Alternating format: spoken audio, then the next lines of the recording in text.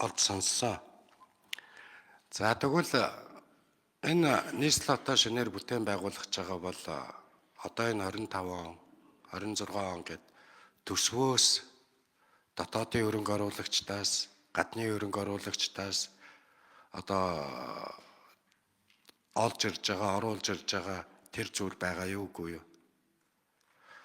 Мөн шинэ нийслэл хар ороомод бүтээн байгуулагдахад одоо Улаанбаатар хот бонд гаргадаг шиг бонд гаргах, тэр хотыг бүтээн босгоход санхүүгийн их усрээ, нэмэлт их усруудыг татан төвлөрүүлэх тэр боломжуудыг нээж гэнэ үгүй юу?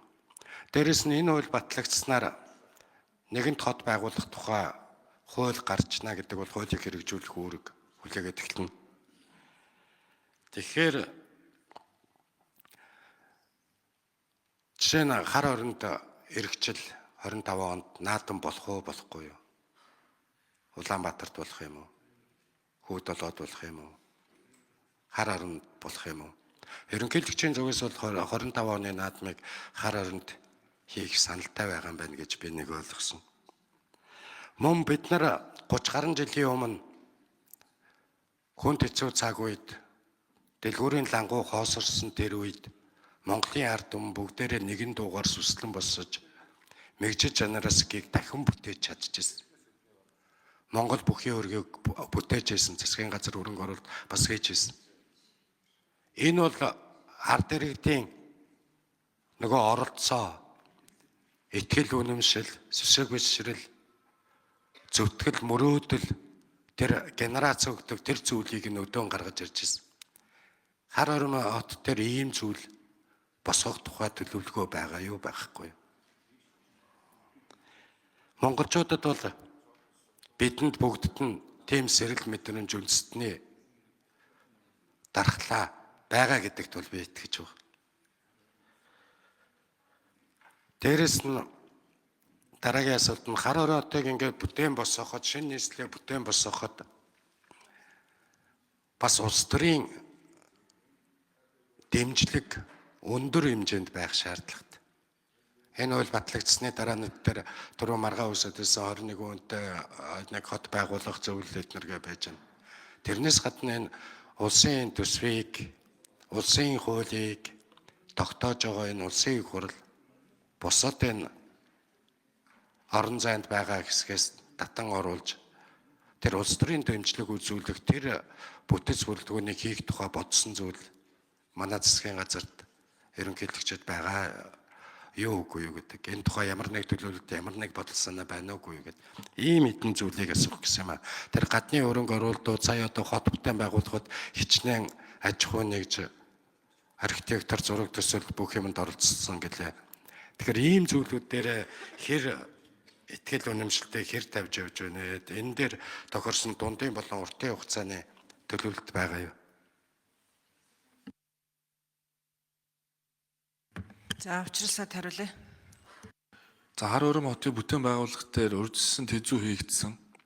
Тэгээ дөрвөн бас нацагдурж архитектор хэлж гин энэ захиргаа байгуулагдаад нэлээдгүй ажлуудыг бол хийгээд ер нь бол захиргааны төвшөнд бол хийх ажлыг хийж дуусгасан.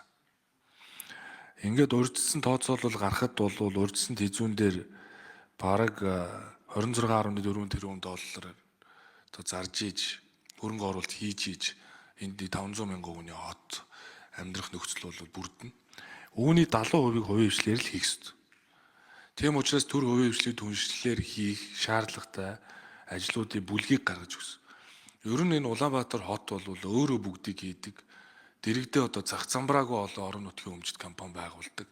Тэгээ хувийн хвшлээ оролцуулдаггүй ингээд хав дараа суудснаас бол өнөөдрийг хүрсэн шүү дээ. Тэгээ одоо энэ цаашдаа даацаа хэтэргээд бүр дийлхэ байл. Аргаа бараад одоо засгийн газраас нийслэлийн тулгымцсан асуудлыг шийдвэрлэх жил болгож дараа жилийг зарлах ийм шийдвэрийг засгийн газраас гаргасан. Тэгээд нийслэлийн асуудлыг шийдвэрлэх гээд одоо энэ нэг бетоны ширэнг болцсон газар мянга сайхан зам бариад, мянга сайхан тарамбай метро бариад энд нэмэр байхгүй шүү дээ.